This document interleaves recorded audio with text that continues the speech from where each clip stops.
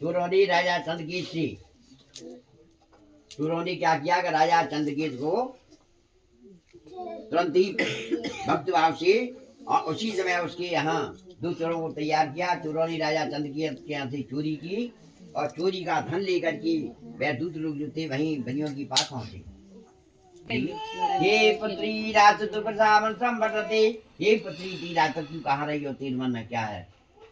तो उसने कहा कि माता सभी धन चोर चुरा ले गए, नहीं छोड़ गए एक दाना। अब अन्न कहाँ मिले हैं हमको, घर में नहीं को खजाना। ये माता जितना भी धन था सभी चोर चुरा ले गए। हमारे पास इतना खजाना तो नहीं है जो घर बैठे के खा सकें। हमें किसी की नौकरी करनी पड़ेगी या बर्तन साफ करने पड़ेगी या झाड़ू पोछा करना पड़ेगा, अन्यथा धन कहाँ से आए हमारे पास। इस समय जो आई हूँ एक ब्राह्मण की मध्य में भगवान सत्यनारायण की कथा सुनकर के आई हूँ। सीधा प्रसाद है, चाहे तो तुम भी भक्त करो। माँ बेटी ने प्रसाद को ग्रहण किया और ये याद आ गया कि हमारे पति ने भी भगवान की कथा बोल दी थे, आज तक नहीं किया, अब इसलिए इसका हमें करना चाहिए। तो माँ बेटी ने ब्राह्मण की मध्य में सुबह रख करके प्रेम की शपथ में कहा राजा से कि राजा इन दोनों बनियों को तुरंत ही छोड़ देना, अगर नहीं छुड़ा तो तेरी रात धन दंडा तेरा सत्यानाश कर दूंगा। राजा बेचारा भयभीत हो गया। बड़े तो साथियों से सलाह मशवरा लिया।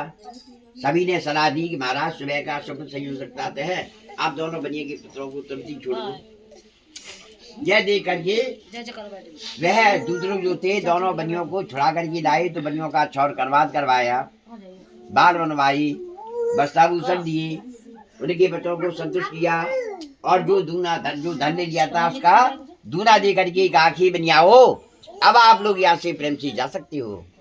तो राजनम प्राण प्रत्याहम नगर स्थान के लिए प्रस्थान करते हुए त्रिवाखंडो क्षत्रवान की जय।